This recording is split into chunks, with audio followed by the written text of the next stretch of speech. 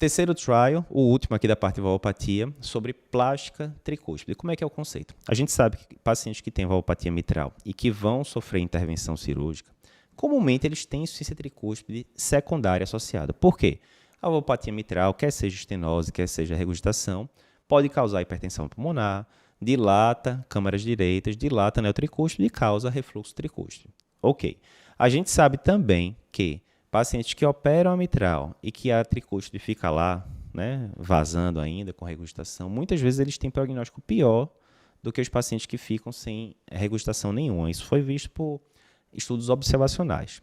Ok.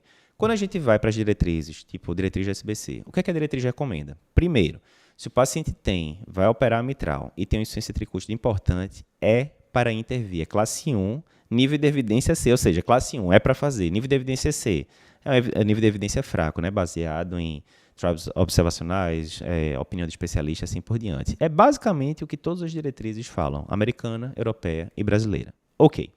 E se o paciente não tiver IT importante, se for moderada ou mesmo discreto, você teria indicação de intervir? Sim, pela SBC, se esse paciente tiver dilatação de anel maior ou igual a 40 milímetros ou 21 milímetros por metro quadrado. Anel aumentado. Resumindo, vou mexer no mitral, porque o paciente tem prolapso com insuficiência importante mitral.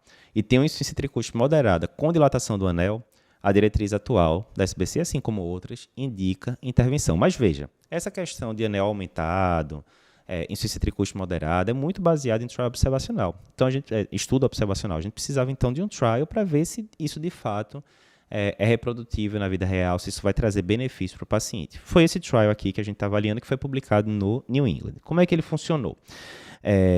Foram 401 pacientes que iam ser submetidos à intervenção de válvula mitral, predominantemente por regurgitação, e eles possuíam ou insuficiência tricúspide moderada ou insuficiência tricúspide leve com dilatação de anel. Beleza. Então, esses pacientes todos iam mexer na mitral. Um grupo, além disso, fazia plástica com anel da tricúspide, outro grupo não fazia nada. Era basicamente esse o desenho do estudo. O endpoint, então, era o quê? Era um combinado de morte mais reintervenção cirúrgica por causa da insuficiência tricúspide mais progressão da insuficiência tricúspide no eco. Ou seja, é um endpoint que mistura desfechos clínicos com desfechos ecocardiográficos. O que é que foi visto? Houve redução no desfecho, né, arredondando de 10% para 4%. Essa diferença basicamente aconteceu por redução da progressão da IT, ou seja, a IT parou, deixou de piorar mais, né, no grupo que sofreu intervenção. Basicamente, esse benefício aconteceu no grupo de pacientes com IT moderada, ou seja, aquele subgrupo de IT discreta com anel aumentado, não teve muita diferença. Houve aumento do tempo de SEC, né? O pessoal da cirurgia sempre fala, não, mas 15 minutinhos a gente resolve a tricúspide. Não, aqui foi 33 minutos em média, que demorou a mais de SEC.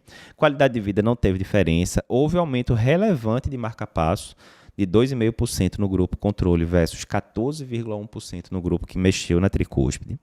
E aí a grande pergunta que a gente faz agora é o seguinte, e aí, valeu a pena mexer nessa tricúspide? Mais uma vez, o que as diretrizes dizem é um norte importante, mas não obrigatoriamente é a verdade absoluta. Está aqui exemplos, né, que a gente está falando. Não, a diretriz fala isso baseado em estudo observacional, mas algumas vezes o trial, quando é feito, corrobora os estudos observacionais, outras vezes não. Então, nesse caso, vê só, se você fosse um paciente, tem uma insuficiência tricúspide discreta com anel aumentado, as diretrizes dizem que é para mexer. Se fossem você e seu pai, baseado nos dados desse estudo, você se empolgaria? Porque não teve nenhuma vantagem clínica, né? Não diminuiu a reintervenção cirúrgica, não diminuiu morte, mas tudo bem, pode ser porque não acompanhou tanto tempo, né? Foi 2 anos só de acompanhamento, mas não teve. Diminuiu a progressão de IT, ok, mas aumentou muito o marca-passo. E aí? Só alterar a evolução ecocardiográfica, será que tem alguma relevância para o paciente isso? Duvidoso, né? O que a gente vai precisar fazer agora? Esse estudo ele vai ser seguido por mais tempo, ele vai ter um acompanhamento de 5 anos. Será que com 5 anos abriria diferença de morte, de reintervenção, e aí teria diferença de desfecho clínico mais relevante? É possível. O fato é, esse trial coloca ali em questão se as recomendações atuais das diretrizes, principalmente baseado em tamanho de anel, né, se elas devem continuar sendo reproduzidas nos próximos guidelines. Aí é esperar para ver o que é que vai acontecer.